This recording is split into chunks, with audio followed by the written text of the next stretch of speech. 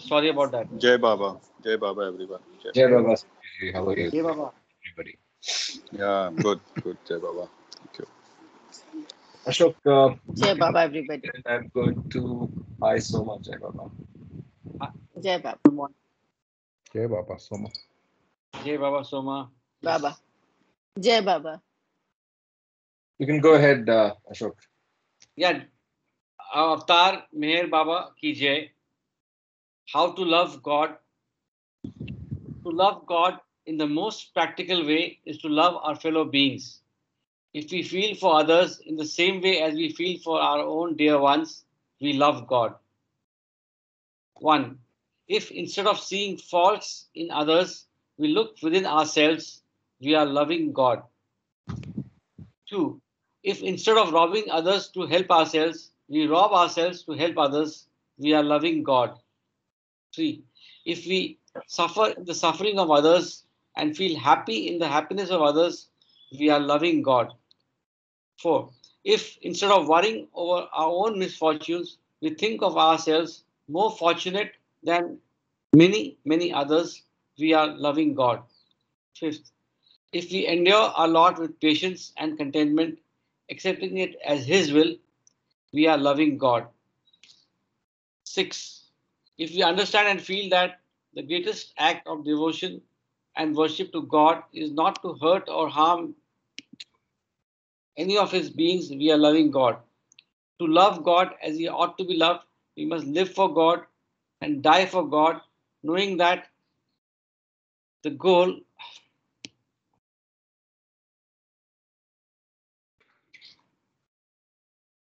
of all life is to love God and to find Him as Our own self. something came in between. Sorry, Jai Baba. Jai Baba. Jai Baba. Jai Baba. Jai Baba. I think the lower band anyway. No problem. Jai Baba. Jai Baba. Okay. So how are you all today?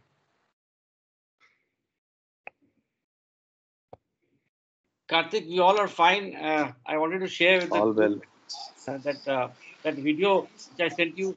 Would that move towards simplification of God speaks? Is was one question I had. But anyway, we can answer that later. But I'm somehow looking for ways for my own learning to simplify and have memory aids for God speaks. Yeah, that's already in the. I'll show you just now. So if you look at and find, on There Baba Awakens, Ah, it's already there. It's already saved in the themes location. Oh, it's on the files. If you go to YouTube links, that's the first one, and this we did when we started the group. So he's talking about the 1 hour odd video. I think created by the West, largely anchored by Don Stevens about God Speaks. Correct? Many people speak. this There's Rick Carpenter, there's Don Stevens, there's all the old Western Baba lovers and Bhau and so on. And Yes. they talk about the theme, and then they talk about God Speaks specifically. I have shared that video even before we started MBA with many people whom I want to introduce God Speaks, especially those who are already on the path of spirituality. And then, of course, anybody who wants to start God Speaks, that's a good place to start. In fact, that's how I put out that video, saying everybody should see this before we start reading. Tushar and Neha, that time, way back 2019, March, April. Right? 2020, March, April, sorry. Fair point, Yeah. Karthik. Yeah, thanks. Okay, so let's go. So we've been missing you a bit, Sanjay ji. Glad to have you back. Yeah, I've been traveling actually for my office work. So 2 weeks I was away. Okay. Yeah, so that's why Very nice. I should have dropped a message. Sorry for that. Yeah, Jai No, Baba. not at all. It's just we missed you around. Yeah, yeah. Thank Okay, you, Jai so Baba. yesterday, on Sunday last, we finished the circles of the Avatar, and I think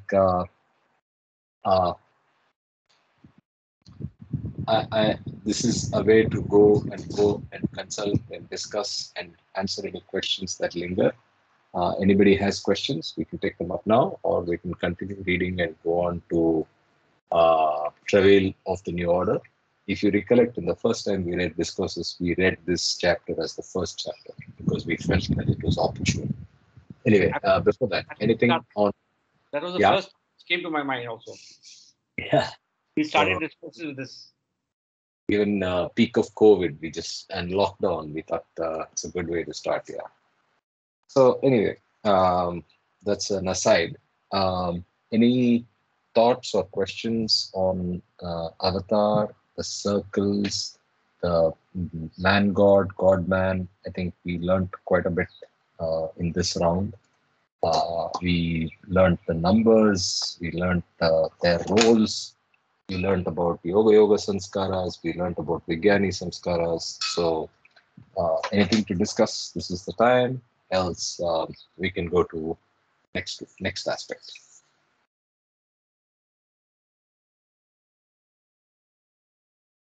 Hi, Karthik. When do you think you'll be able to put those on Trello?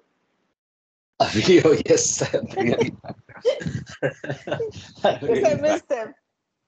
I will put about hopefully this weekend. I was busy the last weekend, and then weekdays are very crazy these days. So, and even today I have like a packed calendar. In fact, I'm doing some Baba work at 11 o'clock. Then I have meetings. It's crazy, yeah. So, by the way, there was a request to do some interesting Baba work that I'm working on. Anyway, now let's go to Travail of the New Order, then, which is on page 298 on the physical book. Khalid Bhai, Jai Baba, long time. Tar Meher Baba Ki Jai. Travail of the New World Order. World Storm. The world storm that has been gathering momentum is now having its greatest outburst. And in reaching its climax, it will work universal disaster. In the struggle for material well-being, all grievances have assumed fantastic proportions, and the various differences of human interests have been so accentuated that they have precipitated distinctive conflict. Humanity has failed to solve its individual and social problems, and the evidence for this failure is very clear. The incapacity of people to deal with their problems constructively and creatively reveals tragic deficiency in the right understanding of the basic nature of man and the true purpose of life. Conflict between forces of light and darkness. The world is witnessing an acute conflict between the forces of light and the forces of darkness. On the one hand, there are selfish persons who seek their happiness blindly through lust for power, unbridled greed, and unrelieved hatred. Ignorant of the real purpose of life, they have sunk to the lowest level of civilization. They bury their higher selves in the wreckage of crumbling forms that linger on from the dead past. Bound by material interests and limited conceptions, they are forgetful of their divine destiny. They have lost their way, and their hearts are torn by the ravages of hate and rancor. On the other hand, there are persons who unveil their inherent higher selves through the endurance of pain and deprivation, and through noble acts of bravery and self-sacrifice. The present war is teaching man to be brave, to be able to suffer, to understand, and to sacrifice. Cure for selfishness needed. The disease of selfishness in mankind will need a cure that is not only universal in its application, but drastic in nature. Selfishness is so deep-rooted that it can be eradicated only if it is attacked from all sides. Real peace and happiness will dawn spontaneously when there is a purging of selfishness. The peace and happiness that come from self-giving love are permanent. Even the worst sinners can become great saints if they have the courage and sincerity to invite a drastic and complete change of heart. Man will become sick of wanting, greed, hate. The present chaos and destruction will engulf the whole world. But in the future, this will be followed by a very long period in which there shall be no war. The passing sufferings and miseries of our times will be worth enduring for the sake of the long period of happiness that is to follow eventually. What will the present chaos lead to? How will it all end? It can only end in one way. Mankind will become sick of it all. Man will be sick of wanting and sick of fighting out of hatred. Greed and hatred will reach such intensity that everyone will become weary of them. The way out of the deadlock will be found through selflessness. The only alternative that can bring a solution will be to stop hating and to love, to stop wanting and to give, to stop dominating and to serve.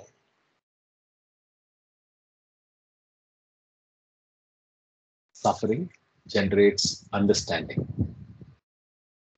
Great suffering awakens great understanding.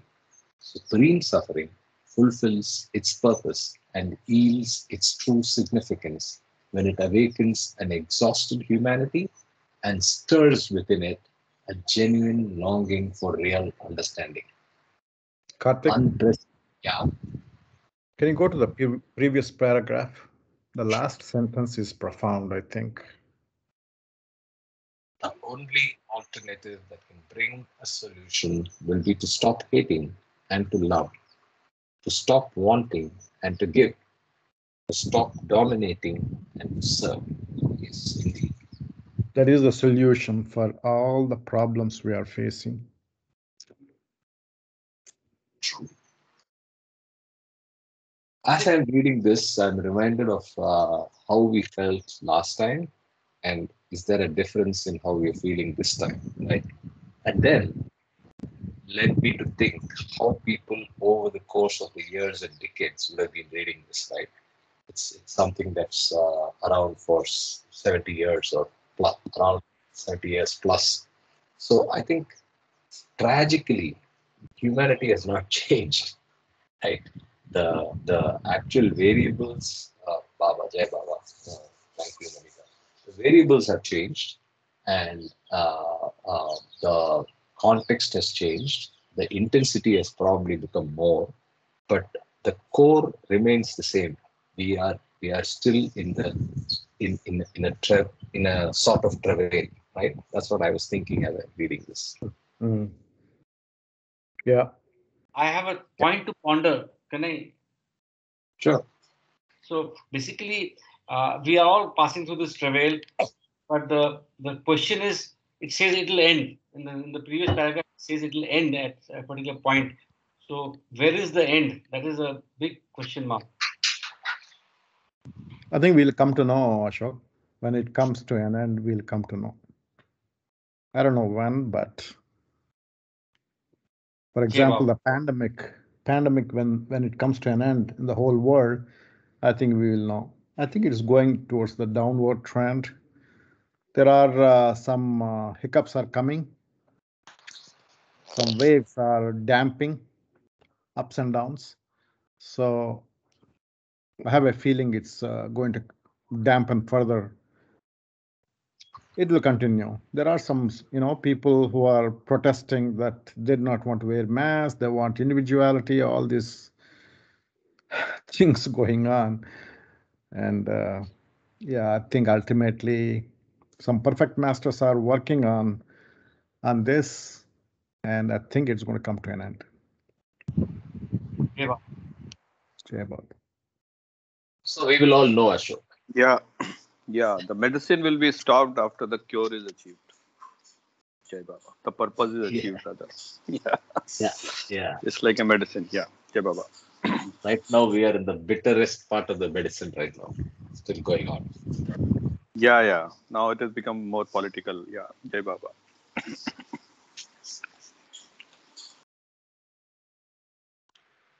Okay, so I'll continue then.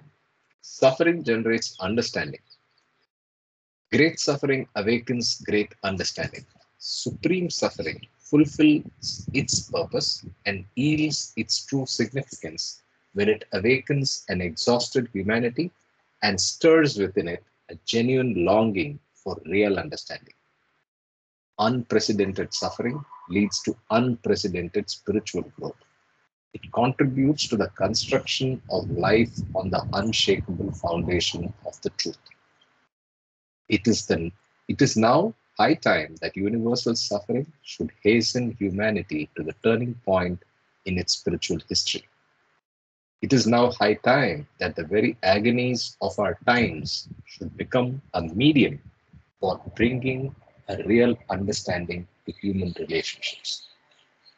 It is now high time for humanity to face squarely the true causes of the catastrophe that has overtaken it. It is now high time to seek a new experience of reality. To know that life is real and eternal is to inherit unfading bliss. It is time that man had this realization by being unified with his own self.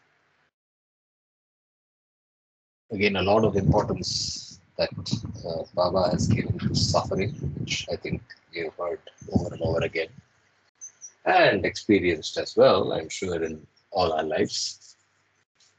Affirmation of truth. Through unification with the higher self, man perceives the infinite self in all selves. He becomes free by outgrowing and discarding the limitations of the ego life. The individual soul has to realize with full consciousness its identity with the universal soul. Man shall reorient life in the light of this ancient truth and will readjust his attitude towards his neighbors in everyday life. To perceive the spiritual value of oneness is to promote real unity and cooperation. Brotherhood then becomes a spontaneous outcome of true perception. The new life that is based upon spiritual understanding is an affirmation of the truth. It is not something that belongs to utopia, but is completely practical. Now that humanity is thrown into the fire of bloody conflicts, through immense anguish, it is experiencing the utter instability and futility of a life based upon purely material conceptions. The hour is near when man, in his eager longing for real happiness, will seek its true source. Inherit divine love through the God-man. The time is also right when humanity will ardently seek to contact the embodiment of truth in the form of the God-man, avatar, through whom it can be inspired and lifted into spiritual understanding. It will accept the guidance that comes from divine authority. Only the outpouring of divine love can bring about spiritual awakening. In this critical time of universal suffering, humanity is becoming ready to turn toward its higher self and to fulfill the will of God. Divine love will perform the supreme miracle of bringing God into the hearts of man and of getting him established in lasting and true happiness. It will satisfy the greatest need and longing of mankind. Divine love will make people selfless and helpful in their mutual relationships, and it will bring about the ultimate solution of all problems. The new brotherhood on earth shall be a fulfilled pact, and nations will be united in the fraternity of love and truth.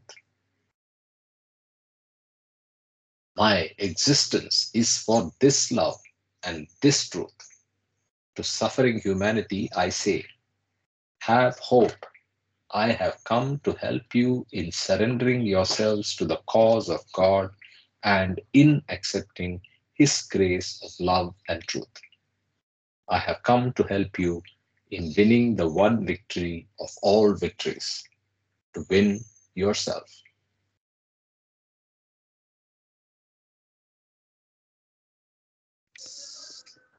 Jai So, Baba. Such so a how are all the profound. nations going to come together, Ashok? Blockchain, is it? Sorry.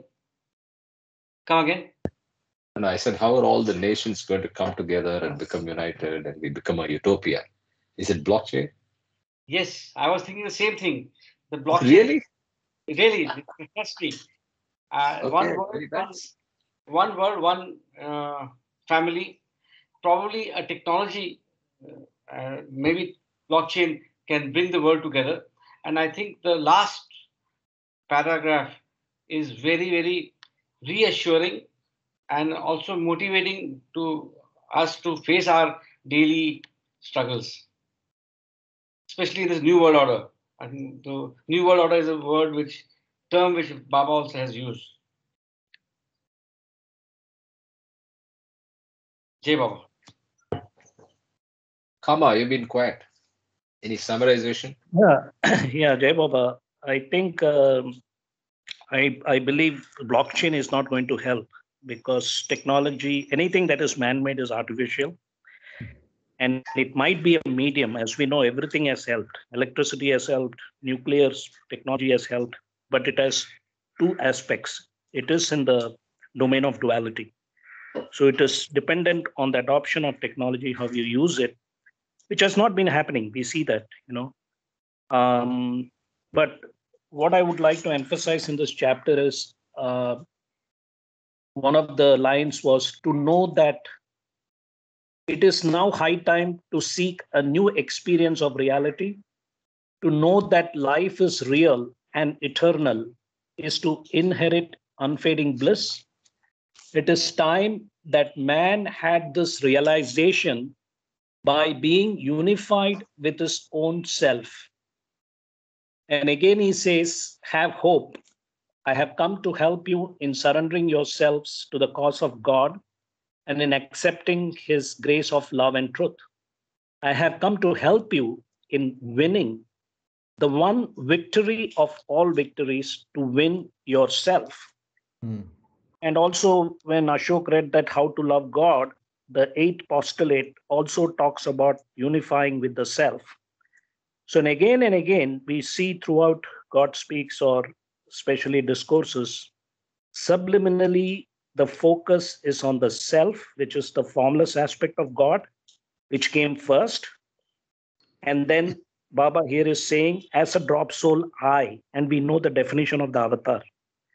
So, my what I wanted to convey here is that whenever we think of Baba, we have to think oils, our innermost loving self. Whenever we read the Parvardigana prayer, your innermost loving self. This is what I have derived from this. Jai Baba.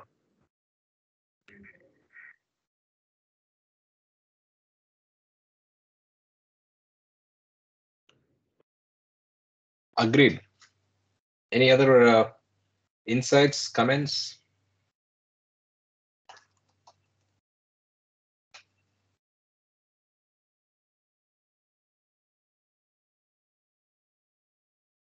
Okay, so if everybody is okay, we'll just go to the next chapter. We are at a milestone. We completed 300 pages of the book, and we go to the next concept. So again, this is another example of how the sequence probably could do with some rethinking. And we are not the authorities or not suggesting anything, but as students, so you suddenly have this new world order. You had circles and avatar before that, and then suddenly you have Reincarnation and Karma. So anyway, that's just comment as a serious student, not in any jest, but with the hope that this gets reorganized in some way. And our attempt is also that to try to reorganize this. Okay, so let's go to page number 301, Reincarnation and Karma. There's the part 1, which is the significance of death. Jai Baba. Identification of soul with gross body. The worldly person completely identifies life with the manifestations and activities of the gross body. For him, therefore, the beginning and the end of bodily existence are also the beginning and the end of the individualized soul. All his experience seems to testify to the transitoriness of the physical body. And he has often witnessed the disintegration of physical bodies that were once vibrant with life. Hence, he is naturally impelled to believe that life is coterminous with bodily existence. Death as a background of life. As the worldly individual considers death to be the cessation of life, he gives great importance to it. There are few, however, who contemplate death for prolonged periods. And in spite of the fact that most persons are completely engrossed in their worldly pursuits, they are impressed by the incident of death when confronted by it. For most people, the earthly scene of life has its background, the inevitable and irresistible fact of death, which imperceptibly enters into their greatest triumphs and achievements, their keenest pleasures and rejoicing. Apart from being the general background to the scene of life, death also assumes an accentuated and overwhelming importance among the variegated incidents of life. Death falls among those happenings that are most dreaded and lamented. People in malice or anger try to inflict death upon each other as the last penalty or the worst revenge, or they rely upon it as the surest way of removing aggression or interference by others. People also invite death upon themselves as the token of supreme self-sacrifice, and at times they seek it with the false hope of putting an end to all the worldly worries and problems they are unable to face or solve. Thus, in the minds of most persons, death assumes an accentuated and overwhelming importance.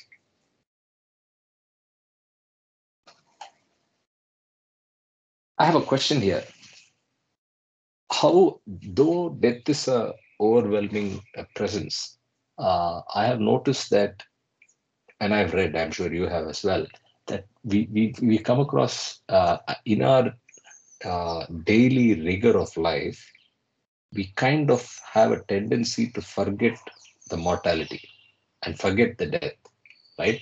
So we are not thinking about it all the time. We are almost thinking that we are invincible and we don't face it till it comes knocking at your door. That is, till some loved one passes away, right? So I think all of us go through this waves of disconnection with the concept of death, and we are so engrossed and absorbed in the day-to-day life that we kind of become invincible in our minds.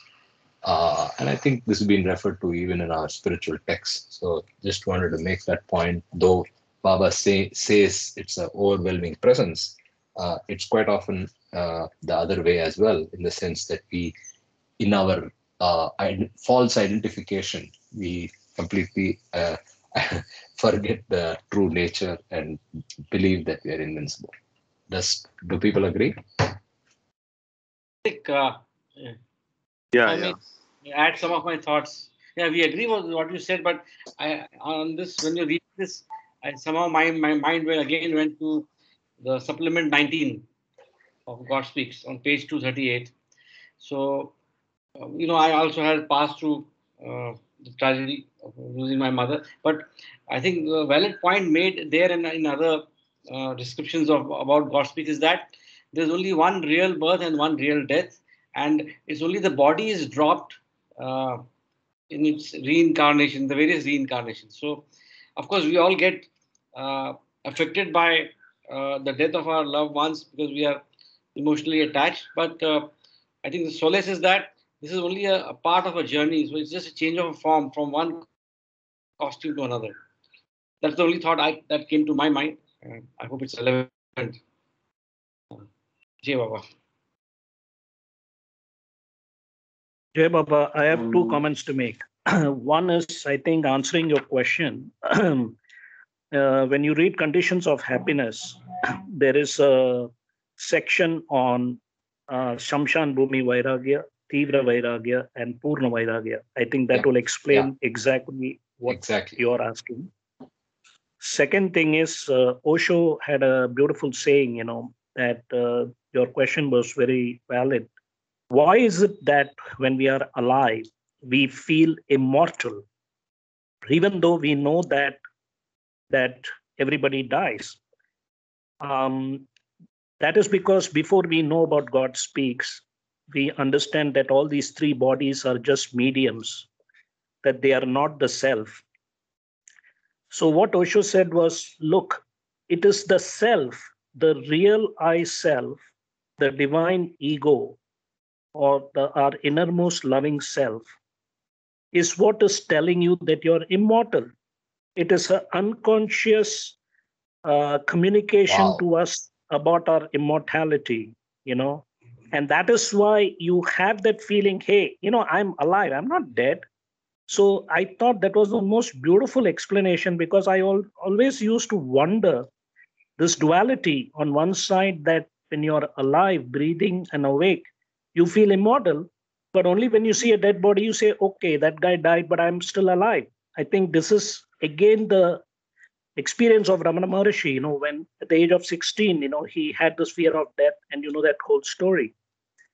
And I think that this last chapter where you read, where he says, Baba says, it is time that man had this realization by being unified with his own self. Through unification with the highest self, man perceives the infinite self in all selves. He becomes free by outgrowing and discarding the limitations of the ego life. The ego life is basically identification with the three bodies. And if you look at Man God 2, page 238, 278, there is this one of my favorite paragraphs, which I will read. What is spiritually disastrous for the soul, which is the consciousness of the soul still in bondage, is not mere consciousness of creation, but the fact that consciousness is caught up in creation because of sanskaras. Thus, consciousness is covered with ignorance, and this prevents the realization of the divinity within. In the same way, what is also spiritually disastrous is not mere consciousness of the bodies, gross, subtle, mental, but false identification with them due to sanskaras. These sanskaras prevent the realization of the infinite soul, which is the ultimate reality and the basis of all creation. In it alone is to be found the final meaning of the entire creation. So, in a way, it explains that all of us are, as human beings, we know we have full and complete consciousness, but it's contaminated with sanskaras. So once in a while, you actually experience that feeling of the realized self. So that is why, there is no need to feel that somebody is suffering, because as Baba says, great suffering awakens great understanding, and unprecedented suffering leads to unprecedented spiritual growth. So he's also mentioned he gives suffering, that much suffering that one can take. So this is all a game, in the sense that only in the 16 hours of your waking state we are aware of all this duality, not in the 8 hours.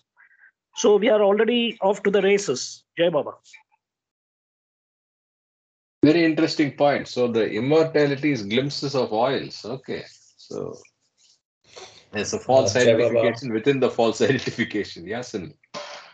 Yeah, I was just pondering upon different things said. So I think in this para, there are two times Baba said accentuated importance, overwhelming importance. He didn't say that you should not know. He didn't say you should be scared, you should be afraid, or you should not be afraid. I think it's the knowledge that he's trying to build up through the paragraph, that you have to drop the body, life continues in a continuum, and so on and so forth. So whether we feel we are immortal is not correct, whether we are scared of death is also not correct all the time. Just the knowledge that this is a cycle and it remains in continuum until we reach our destination. So I think that's what he's building up here. My thought. Sorry, Jai Baba. Fair enough. So the only observation is this is a statement of, if you look at the first two paragraphs, it's more a statement of background, right? And in that background itself, he's making a claim that people are already, giving a lot of importance and relating to death in the right way, which may not be the case, is all I observed. That's all. My comment was around that, and I agree with what Kama said, which is covered in conditions of happiness, the Smashan Vairagya. And I remember we talked about that when we covered that as well there. And the other one is interesting, Osho. So, your question, Karthik, reminds me of a Mahabharata story. All these Pandavas goes for hunting on a deer or something, and then in the forest they get tired. So Yudhishthira asks the last boy, the Nakula, to go and fetch the water. So he goes and finds a pond, and when he was drinking the water, there is a Gandharva asks question, you can have water, but you have to answer all the questions. And then he was so thirsty, he drinks the water and he's dead. The Nakula is dead. Like that, all the three other brothers were sent, Arjuna, Bhima, and other brother. They all do the same thing. They don't answer the questions, and they're all dead. So finally, Yudhishthira goes and he wants to drink water, and then that's called yaksha, questions. Yaksha Prashna. Yaksha Pariksha. Correct. Yaksha Prashna or Yaksha Pariksha. Yeah. And in that questions, there's one question: what is the most amazing thing in the world? That is the question. And Yudhishthira answers whatever you said, Karthik. The most amazing thing is, even though people know that they're going to die, but they live always as though they are mortals. Yeah, I just remember this story. So you must be one of those. No, I am just quoting from the spiritual text. I am quoting from what we have learned, right? So what we have learned says that that's what I mean. We get reminded only when it hits close. Till then, we think we are immortal. And then, but then the other Maha twist that Kama threw in the mix is what Osho says on that, which is interesting.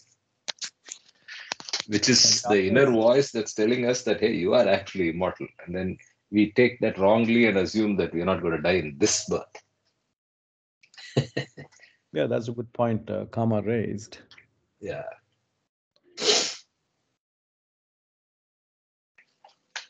Depends upon whom we identify, right? How we identify ourselves. That's the point there. So obviously, a person on the path has a better relationship or understanding and identification with the concept of death. But somebody who is not is either is most likely in that state of thinking of the wrong immortality, that is thinking that this body won't die, not the real immortality, or and waiting for that knock on the door. Only then he gets reminded of it, right? So. Okay, if everybody's okay, we'll continue. Continuity of life. The overwhelming importance of death is derived from man's attachment to particular forms, but death loses much of its sting and importance even for the worldly if one takes a broader view of the course of life. In spite of their transitoriness, there is an unbroken continuity of life through these life forms, old ones being discarded and new ones being created for habitation and expression. The recurring incidence of death is matched by the recurring incidence of birth. Old generations are replaced by new ones. Life is reborn in new forms, incessantly renewing and refreshing itself. The streams of life, with their ancient origin, are ever advancing onward through the forms that come and go like the waves of the ocean. Attachment to specific forms. So, even within the limits of experience of the worldly, there is much that should mitigate morbid thoughts of death as being an irreparable loss. A sane attitude toward death is possible only if life is considered impersonally and without any attachment to particular forms. This the worldly person finds difficult because of his entanglement with specific forms. For him, one form is not as good as another. The form he identifies himself with is by far the most important. The general preservation and advancement of the stream of life has for him no special interest. What the worldly individual craves is a continuation of his own form and other particular forms with which he is entangled. His heart cannot reconcile itself to his intellect. With the vanishing of the forms that have been dear to him, he becomes a victim of unending sorrow. Though life as a whole may have been replaced elsewhere, the lost forms with new ones. I'll read the last line again. With the vanishing of the forms that have been dear to him, he becomes a victim of unending sorrow. Though life as a whole may have replaced elsewhere the lost forms with new ones. So, what we were talking about. The sorrow of death, on closer analysis, turns out to be rooted in selfishness. The person who loses his beloved may know intellectually that life as a whole has elsewhere compensated for the loss. But his only feeling is, what is that to me? When one looks at it from one's own personal point of view, death becomes a cause of unending sorrow. From the point of view of life in general, it is an episode of minor importance. Problems of impersonal intellect. Impersonal considerations go a long way to fortify the mind against the personal sorrow caused by death, but they do not, by themselves, solve the wider problems that confound even the impersonal intellect of man when he considers some of the implications of death within the limits of his ordinary experience. If death is regarded as the final annihilation of individual existence, there seems to be an irreparable loss to the universe. Each individual may be in a position to give to the universe something so unique that no one else can exactly replace it. Further, in most cases, there is the cutting short of an earthly career long before the attainment of spiritual perfection by the individual. All his struggles toward the ideal, all his endeavor and enthusiasm for the great, the good, and the beautiful, and all his aspirations for things divine and eternal seem to end in the vast nothingness created by death.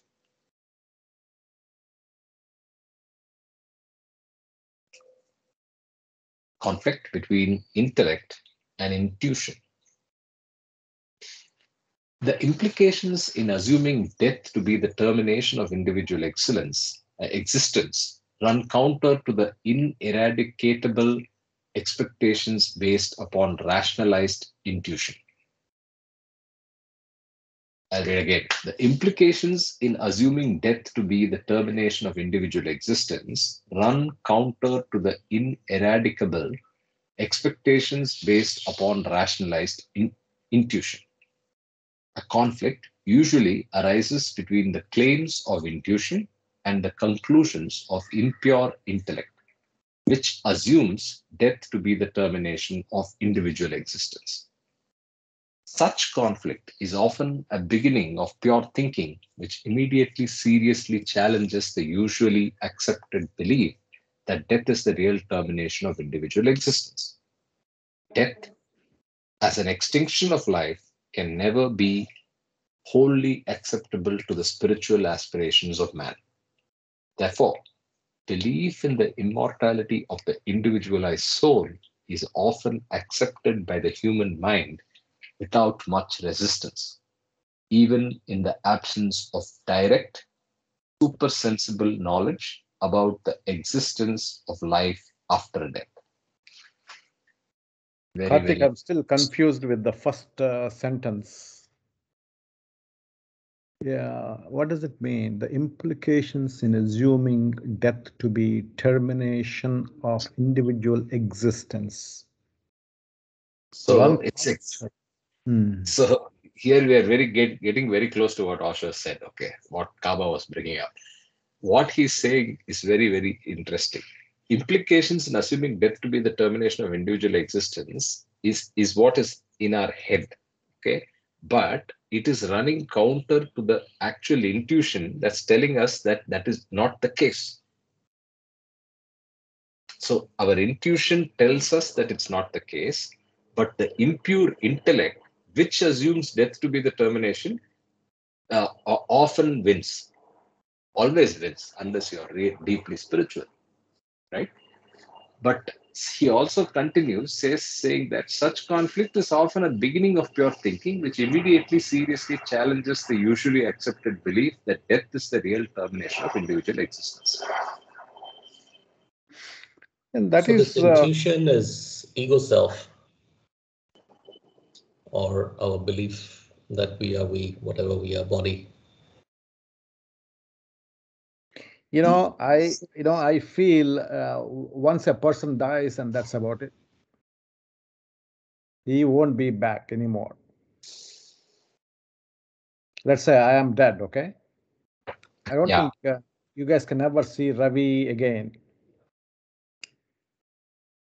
You have, let's say we all met and you have an opinion about my body, how I act and how I talk and all those things. Once I'm dead, that's it. I don't exist anymore. But Ravi is gone. My mental body and subtle body might transfer, and it takes a long time for that takes up another body and grows up, and that person is going to be different than Ravi, because sanskaras are completely changed, not completely, to some extent changed. And let's say if I'm born as a woman, there's no way I can be seen as, you see what I mean? For the outward appearance, that's what I'm talking about. No, so you're saying more than that. Outward appearance is the form. Form, of course, is gone. We agree. We all agree. At the end of death, the form is not there. The point you're making is the sanskaric makeup and this concept of Ravi, Dr. Ravi, also ceases to exist. And you're absolutely right.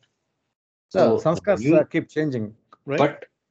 But what is common is that individualized soul, which based on the samskaras takes on the next form. That individualized soul still continues. It is unaffected by the samskaras, but influenced by it. The sanskaras will be different. It will be different based on what you did with the samskaras in this as Ravi.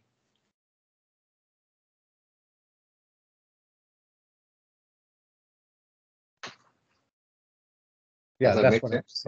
that's what I'm saying. Yeah. Yeah. Okay. Anybody else? Any comments? Okay. Let's continue. Those who know from personal experience the immortality of the soul to be true are few. Supersensible knowledge of the existence of life after death is inaccessible to the vast majority of persons. For them, immortality must remain an agreeable and acceptable belief, but nothing more. It becomes a part of personal knowledge for those who, through their interest in the occult, have built up means of communication with other worlds, or those whose special circumstances have resulted in their personally experiencing the appearance or intervention of departed spirits, or those who, through their spiritual advancement, have automatically unfolded certain latent perceptual capacities of the inner vehicles of consciousness. This is also so true, right? So, the case in point, what's her name? Nanumriga, right? Her journey started with the fact that there was a death very close to her, and then she was able to unlock certain faculties and connections without without overemphasizing on the occult. But I'm just taking that as a case in point to exactly what Baba is talking about in this paragraph. That opened her eyes to the fact of the immortality of the true individualized soul, right? Okay, I'll continue. Immortality of the soul. Immortality of the individualized soul is made possible by the fact that the individualized soul is not the same as the physical body. The individualized soul continues to exist with all its sanskaras in the inner worlds through its mental and subtle bodies, even after it has discarded its gross body at the time of death. Hence, life through the medium of the gross body is only a section of the continuous life of the individualized soul. The other sections of its life have their expression in other spheres. Ravi, your answer is even clearer. Three words. Nature is much greater than what a person can perceive through the ordinary senses of the physical body. The hidden aspects of nature consist of finer matter and forces. There is no unbridgeable gulf separating the finer aspects of nature from its gross aspect. They all interpenetrate one another and exist together. The finer aspects of nature are not perceptible to the ordinary individual, but they are nevertheless continuous with the gross aspect that is perceptible to him. They are not remote, and yet they are inaccessible to the consciousness that is functioning through the physical senses, which are not adapted for perceiving those finer aspects of nature. The ordinary person is unconscious of the inner planes, just as someone deaf is unconscious of sounds, and he cannot deal with them consciously. For all practical purpose, therefore, that they are other worlds for him. The finer and hidden part of nature has two important divisions, namely the subtle and the mental, corresponding to the subtle and the mental bodies of man. The whole of nature may therefore be conveniently divided into three parts: the gross world, the subtle world, and the mental world. When the individualized soul has incarnated in a physical body, it expresses its life in the gross world. When it drops the outer sheath, the physical body, it continues to have its expression of life either in the subtle body through the subtle in the subtle world through the subtle body, or in the mental world through the mental body. Effects of untimely death. Ordinarily, life in the physical body is terminated only when the sanskaras released for expression in that incarnation are all worked out.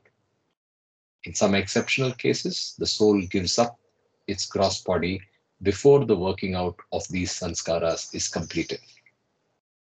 For example, an individual who commits suicide cuts short the period of his life artificially and thereby prevents the working out of those sanskaras that were released for fructification.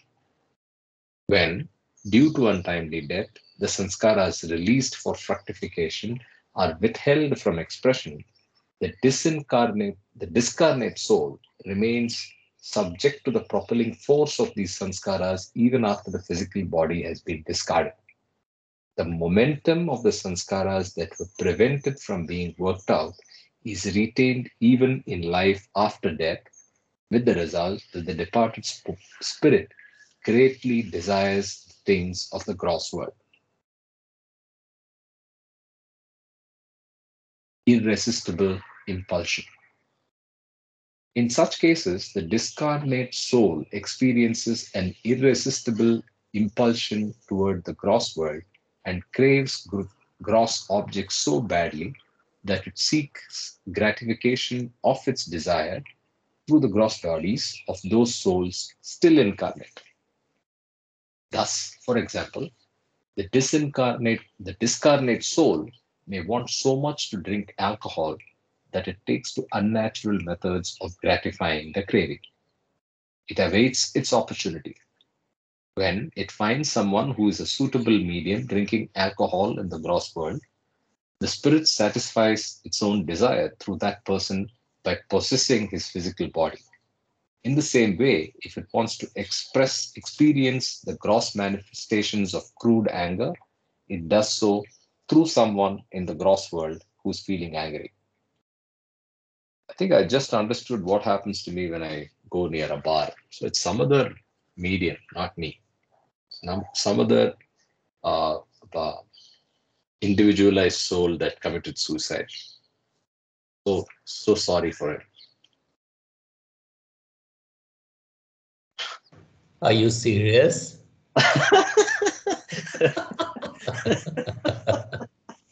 I'm kidding. You said so seriously, everybody's silent. No, I'm just checking if people are catching me. Sleeping. Okay. Let me continue.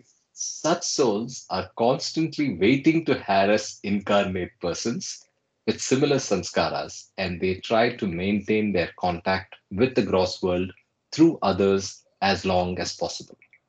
In life after death, any lingering entanglement with the gross world is a serious hindrance to the natural flow of the soul's onward life.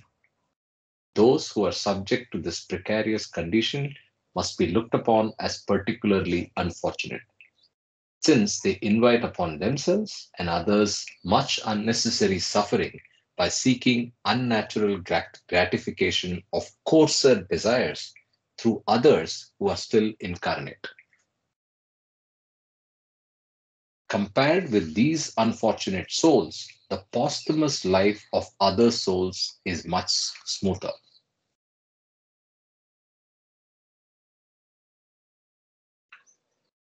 Death begins interval between incarnations.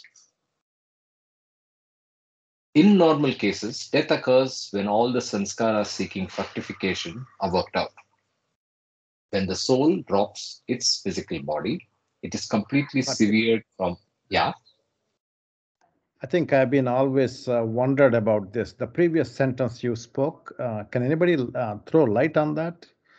In normal cases, death occurs when all the sanskaras seeking fructification are worked out.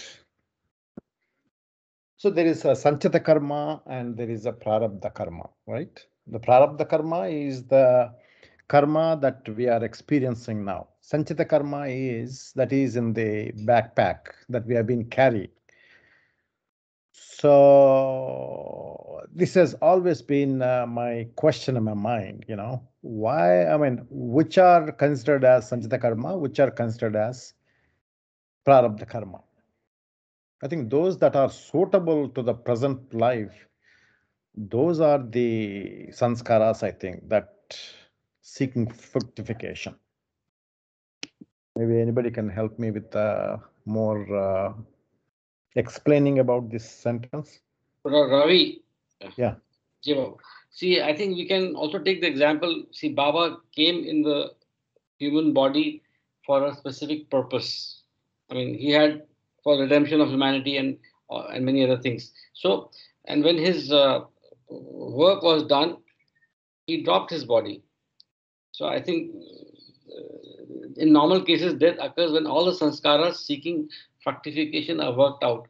So, he had come with a particular, of course, a mission. So, but for us mortal humans, when all the sanskaras of that pertaining to that gross body, the impressions which are worked out through the medium of the gross body, when they are finished or when they are completed, then the death occurs. That's what that's what I can understand. I think the answer to that. Then what question is carried forward? Question is what is carried forward. Yeah. Yeah, I think the meaning or interpretation of the fructification has to be delicately done in the context of all the stuff that we have understood till now, right? It is not completion or exhaustion. It is basically the playing out of the game that was planned for that life stage or life, that particular life form. So whatever the sanskaras came forward to play the game. Yeah. When they are done. I think. Yes. Exactly, Karthik. It is basically the fructification of the sanskaras pertaining to that particular moment of time and for that particular gross body. And some of the sanskaras may not be as strong to fructify into actions, so they fall into whatever comes into so everything will not get exhausted in this lifetime because those sanskaras are so feeble, so they are yet to mature and fructify into actions and then fructify as actions. More than you can say feeble, more than the conditions needs to be congenial for sanskaras to be active, I think. Yes. So if somebody has sanskaras of lust and he ends up in living in a seminary where there are no women around, so probably that sanskaras will become feeble. It may not go away completely. So it may need a fructification in the next lifetime, maybe. Or maybe, so or maybe other way. that kind of thing. I think so. Everything cannot get exhausted in this lifetime. That's the whole meaning of it, actually. Nowadays, they are finding so many sexual cases in the seminary. Just one example that came to my mind. Actually, we also, Baba teaches us to try to deny, all the velocity of the sanskaras to and refrain from fulfillment through action. Life of abstinence. Abstinence. This whole journey is about diluting your sanskaras. Neither good, bad, either way. So fructification is an important word, and worked out is an important word. What does that mean? Maybe the answer is complicated. I'm not sure. Yeah, I think it's. And maybe some of the answer is also there below. So let's not assume, and we can continue. But I think the other point that I'm reminded of is what we read about the heaven and the hell state, right? So there is a vivification and more pronounced experience of the sanskaras that we experience after the physical form is dropped. Now, in that passage, if I remember correctly, there is also reference to the soul making based on that samskaric impressionic framework, it determines what are the samskaras and the form and what it wants to do in the next birth, right? So the fructification here could mean the progress toward that plan. And so if you reach the end of that plan, which is not anyway to be understood as exhaustion of samskaras, or making spiritual progress to make the account zero. It is just the plan getting met. So you meet the plan, okay, you drop your body. That might happen at 40 or it could happen at 90. Right? So that's just my thought. I think connected to this, I would like to read what Mamaji sent this morning on Telegram. It's about sanskaras. Go ahead. Now or later? Now? Yeah, go ahead, right away. The wearing out and unwinding of sanskaras can also be affected by denying to desires their expression and fulfillment. People differ in their capacity and aptitude for rejecting desires. Those in whom desires arise with great impulsive velocity are unable to curb them at their source, but they can refrain from seeking their fulfillment through action. Even if someone has no control over surging of desires, he can prevent them from being translated into action. Rejection of desires by controlling actions avoids the possibility of sowing seeds of future desires. So this is just this morning from Mamaji, very relevant to this call to action for us, what to do, what not to do. Jai Baba. Yeah, very, very appropriate.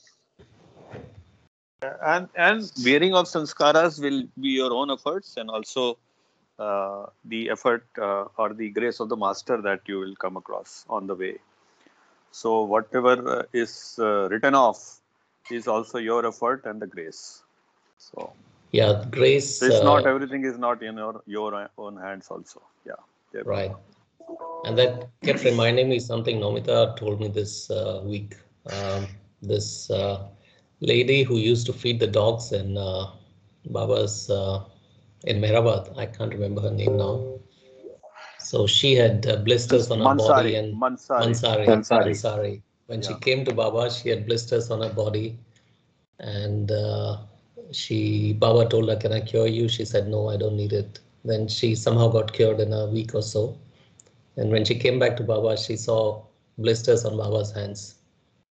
So she was, then she complained to Baba, "Why did you get those blisters?" So he said, "If I had to clean you up, I will pick up a few anyway." So yeah, grace of the master. Wow. You know. Yes. So he's taking over the sanskaras and diluting from the soul. Jai Baba. Even a similar example, after he came out of Upasani Maharaj, he lived in his house, and then he told his brother Jamshad, that I am God. And then he didn't believe because he was living with his family as an ordinary man.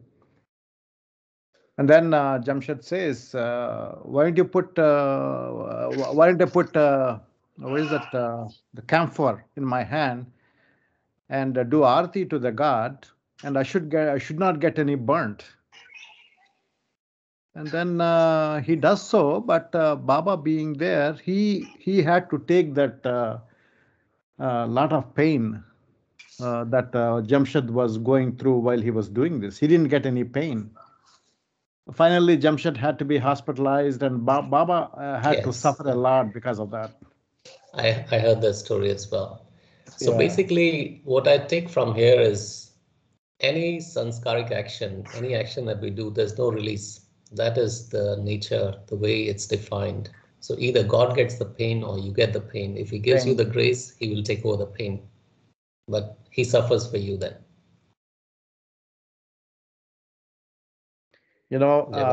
When we used to go to Mehrajad, don't ask Baba to take away your suffering. He has to suffer. That's what Mehra used to say.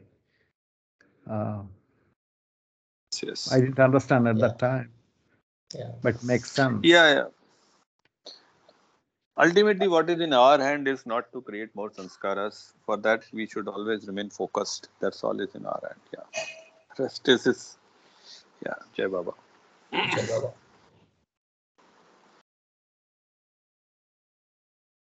Okay, let me start from that line. Subtitle is Death Begins Interval Between Incarnations. In normal cases, death occurs when all the sanskaras seeking fructification are worked out. When the soul drops its physical body, it is completely severed from all the connections with the gross world, though the ego and the mind are retained with all the impressions accumulated in the earthly career. Unlike the exceptional cases of spirits still obsessed with the gross world, ordinary souls try to reconcile themselves to the severance from the gross world and conform to the limitations of changed conditions. They sink into a state of subjectivity in which a new process begins of mentally reviewing the experiences of the earthly career by reviving the sanskaras connected with them. Thus, death inaugurates a period of comparative rest consisting in a temporary withdrawal from the gross sphere of action. It is the beginning of an interval between the last incarnation and the next. So this is what I was reminded of, right? So the heaven or hell state, which is not really a place, but it's just a state where you replay, as it were, the lifetime that you, the gross form that you experienced and the samskaras that you experienced in a quick but more intensified manner. Of course, time is in a different scale at that point. So go ahead. So heaven and hell state, whatever we suffer or enjoy, is also wearing of sanskaras, the subtle sanskaras? No, I don't think so. I think that to wear off sanskaras, you need a form. Not necessary. Not necessary. You balance out the. Okay. Go ahead. I'm sorry. Yeah, go ahead, Ravi, then Ashok. Okay. I think when you drop the body, the momentum of the sanskaras we just read in the previous paragraph, right? The momentum of sanskaras go on even when we drop the body. And whatever we are overflowing, good or bad, those sanskaras will be sent without their form. But it takes a long time, or maybe very active at that time. When the balance is closed, then we take another incarnation. Balance is close to take another balance of sanskaras, good and bad, becomes closely balanced. Then we take the another form. So they do spend without the body. Interesting. Let me think about that a little bit. Any other thoughts, Ashok? Yeah, you were saying something. Yeah, there's a mention in this humanity in the chapter Death and Immortality that in this period or this interim period between next birth. Yeah, the some of these sanskaras gets the velocity and intensity of sanskaras gets reduced. Although you experience heaven and hell state, but and it's in the mental world, but some of the intensity of sanskara gets reduced is what I recollect, and just trying to look at the page where it was there. I read something like that in Lesson Humanity. I may be wrong. I need to recheck that. In the Lesson Humanity, it is given very clearly. In the death chapter, a lot of details are explained in that chapter. Tell me if you find the I don't know the exact page reference. 100. The death, the first chapter, Death and Immortality, 93 to 116, somewhere there. 100. 100? What is that?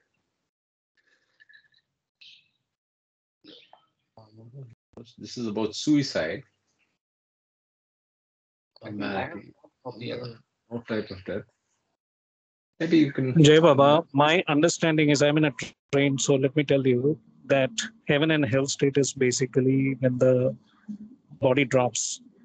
what happens, there is a in the heaven and hell state, in the astral body, the consciousness of the soul is rewinding the whole experience of its past life. So it actually, the intensity of it, both suffering and pleasure, is very high in this.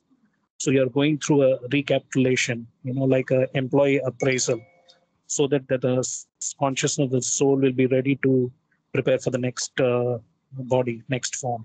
That is the heaven and hell state. Jai Baba. Okay. So it's not exactly the point we are pointed talking. question. No, the pointed question. Is, do you have a comment? Yeah, go ahead, Ravi. Well, the question is, do we spend sanskaras when we leave the body? Correct? That's the question. Yeah. Yeah. See, when do we get reincarnated? See, when we die, we have a disproportionate, if we categorize good sanskaras and bad sanskaras. So how do they categorize? Good sanskaras leads to happy situations, and the fructification of bad sanskaras lead to suffering. In that category, good and bad. Suppose we have a lot of good sanskaras, and then we go through this heaven. That means many of these good sanskaras that we collected are spent, so we experience heaven state without the body. Heaven state is nothing but the sanskaras are spent and the mind experiences without the body happiness there. So when the sanskaras are burnt out, when good and bad becomes closely balanced, not exactly, but the closely balanced, then they take up another body. Okay, that is why when the people are born, some people who have got more proportion of bad sanskaras, they end up doing not so great things. And the people who end up with a good proportion of good sanskaras, they always try to do good things. That is the difference. But yes, without the body, in the astral world, the soul expends the overflowing of the either good or bad sanskaras. Jai Baba. Jai Baba, I'd like to read a paragraph from page 102 of the hard copy of Listen Humanity. And if it's relevant, fine. Otherwise, just reading it out, but I think it is relevant. This is the third paragraph, page 102 of the hard copy. It would be a mistake to think that death brings nothing but disadvantages. Death also brings about a general weakening of attachment by shattering all the sanskaras which were fed by the earthly objects, because the mind is now torn away from them. While it is true that undertaken by the individual during earthly life have the effect of unwinding previous sanskaras, still it is only in extremely rare instances that he succeeds in completely erasing the present and future effects of sanskaras. This erasure is effected within well-defined limits by a sudden transplanting of the individual that occurs at death. So the point which I was mentioning is that there's a general weakening of attachments, which is possible by death. I hope that is relevant, and if you could answer some of your queries. Thank you. Jai Baba.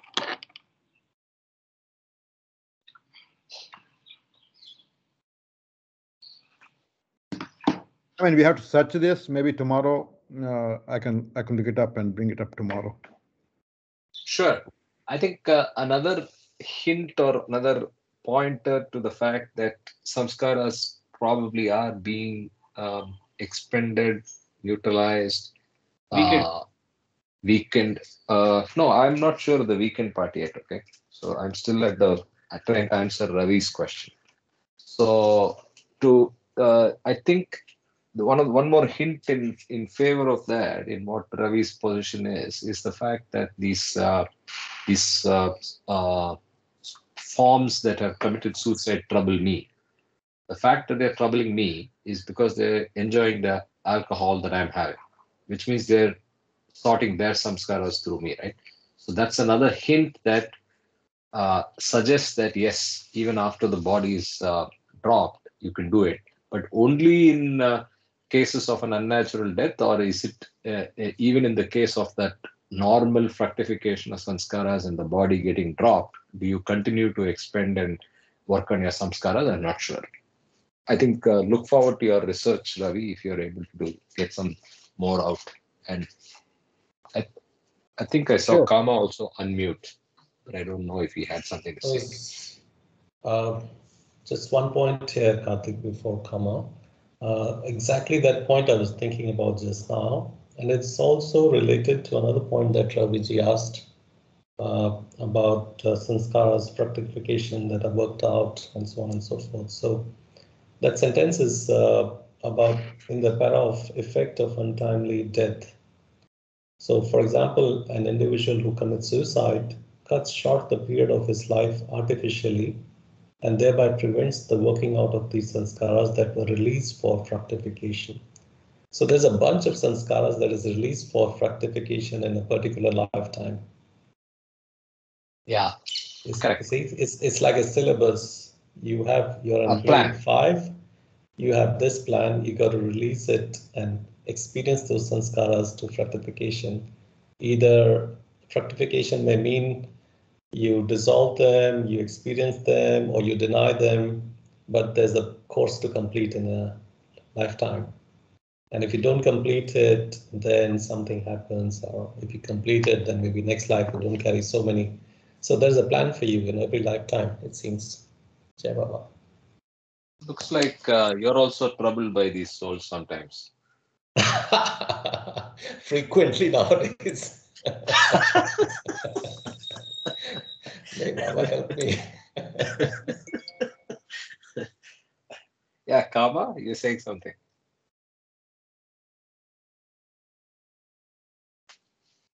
Jai Baba, there's a lot of disturbance. So, are you guys able to hear me? Yeah, go ahead. Okay. It's okay right now. See, my understanding is very simple. There is nothing like spending sanskaras or unwinding sanskaras after the body is dropped.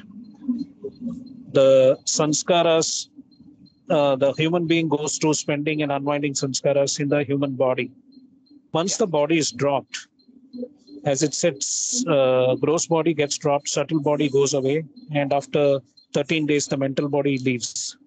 The mental body has all the sanskaras, but because the soul has to reincarnate again, it needs to do a re-evaluation of its past life. Heaven and hell state is basically... Sorry, hello? Yeah, go ahead. Soma, I think. Yeah. Go ahead, Kama. Can you hear me? Hello? Yes, now we can. Go ahead. Yeah, so we are talking about a re-evaluation of the life that was led in the gross body. It takes the astral body and goes through the same experience of pleasure and pain that the human gross body went through. That is why it says the intensity of the pleasure and pain will be much more than the gross aspect. That is what it means by the heaven and hell state. After the soul goes through that kind of experience, then it's helped by its, the angels and whatever, to be able to then evaluate how to structure its next life. So I will leave it here, like Jai Baba.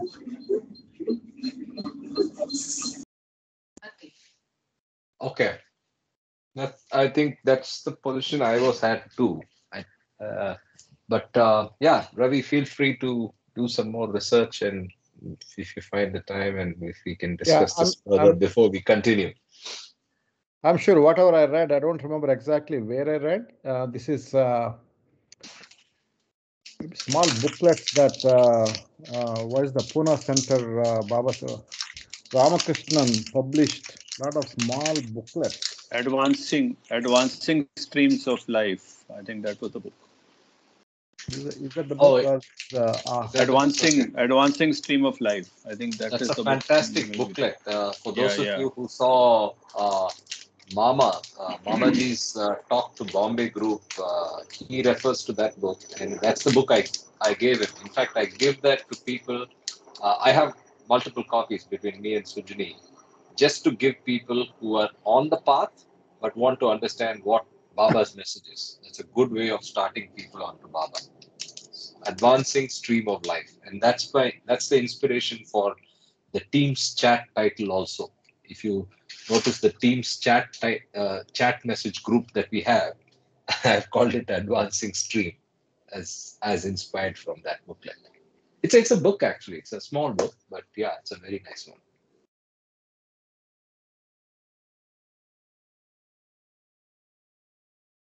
Okay, so we've set up a good busy Saturday in the summer for Ravi. So, and we are all looking forward to continuing on the journey of reincarnation by going to part 2 and understanding. So with that, I think we can wrap up for today and pick up part 2 tomorrow. Any other discussions? We have like a couple of minutes.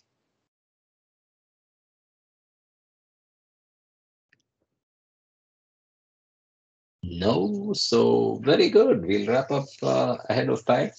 Karthik, just 1 minute. Sure. I just want to put a request to all the souls on this chat that any suggestions for making God speaks more understandable, more simple, any YouTube video, anything which they get, that will be helpful to me. Jai Baba. Sure. Read, Ashok, read, write down. That's what I did. First time I read God Speaks, I didn't understand, and I took it as a challenge. So what I did was, each sentence I took it, I broke it. Sometimes the half a page sentences are there, but if you break it to in a simple sentence, it comes down to 2 or 3 lines. No, That's how I understood. No, Ravi, I think you missed last week. So what my proposition was that we all embark onto a massive project. It's very to simplify God speaks for others as well.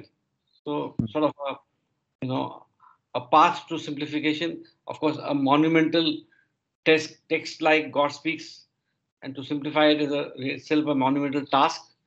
But we can make an attempt, and since we are discussing, we can sort of any ideas we can brainstorm. That'll probably help me. What I've been doing, we have our own family meets. Some of these chapters I'm breaking into very small sections and putting up as PowerPoint presentations.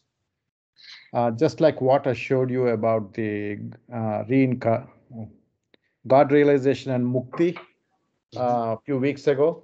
That's how I am making into small sections so that they're all in simple sentences.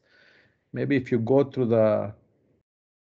those sentences, it may be easier to follow. But still, you have to read the God Speaks. No, agreed. I have to read them. Great. I was not aware that you're creating study aids. Why don't you create a God Speaks Trello board and keep adding that in those chapters and sections and keep links there, so that when we go to another read or even in the interim, we can make that all available to people, right?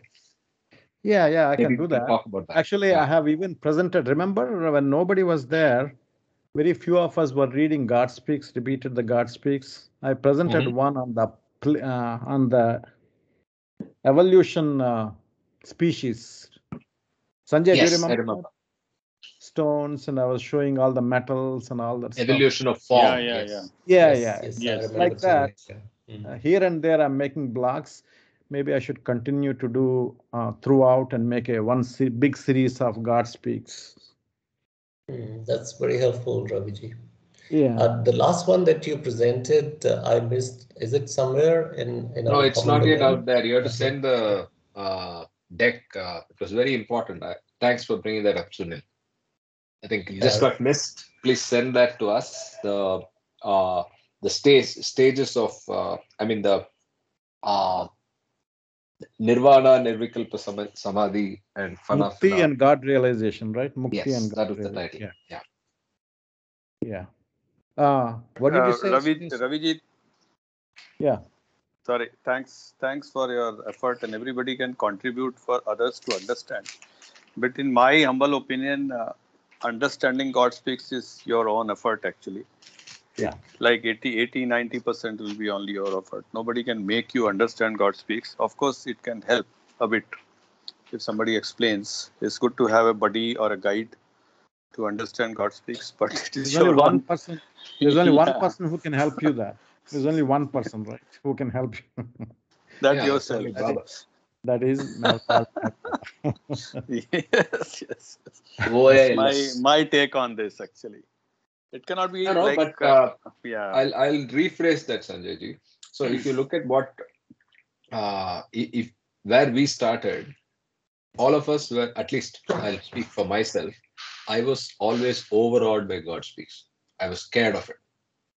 We have got to a position of comfort with this group effort on this group reading. In the same way, whatever we can Yes. do for larger people to benefit from, we should. I'll give you an example. There is a doctor in Yeah. that heard just our videos, and he's made a better progress towards understanding God speaks, and he has sent beautiful comments. There is a lady in Assam, a young girl who understood God speaks. In fact, very new to Baba. At least the doctor in Nagpur was second generation. This girl is very new to Baba, but it helped her understand and relate and create a relationship with Baba. So we never know what Baba wants us to do, but my fervent evangelical effort is to put things together, make it available, and share it around. Yeah. Okay. See that? Yeah. That's beautiful. Yeah. See, most of the people feel, Karthik, very difficult to read that evolution of consciousness. That's such a big chapter, but that can be divided into three parts, right? The first part is how the sanskara was created. All that vibrations and bubbles are created, all that stuff. That's one part. The second part is how the man sleeps every day and wakes up. And Baba compared his waking up with the waking up the consciousness, evolving the consciousness. That can be made into maybe 2 PowerPoint presentations. And the last part is whatever I already presented, mukti and the God realization. So like this, if we divide the God speaks into small, that will give us a head start, you know.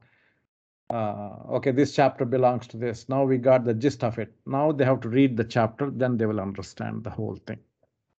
Sure. And you're doing, I hope you're also keeping in sync in whatever way possible with what Ward Parks is doing. He's released his 8th video. Yeah, I've been watching that. Yeah. What Parks, instead of going directly, I mean, he does a great job. He has done a lot of work in Mehrabad on the tiffin lectures and the other books also. And he gives a lot of information about the God speaks, and he picks up very important points and talks about it. Yeah.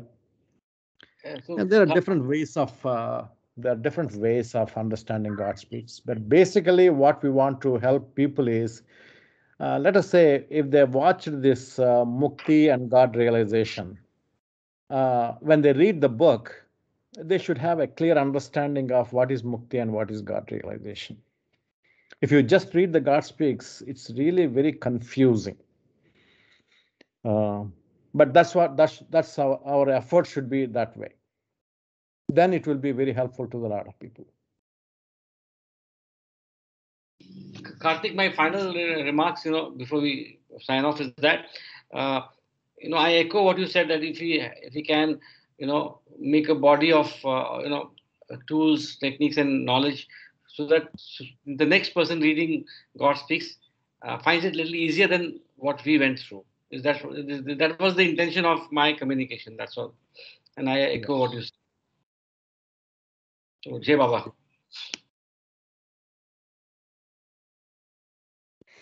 Jai Baba. Cool. Jai Baba. Very everyone. good. All right. Jai Baba, Yeah. everybody. Let's wrap up Jai this Baba. session and Jai look Baba. forward to Jai seeing you Baba. all tomorrow. Yeah. Jai Baba. Jai Baba.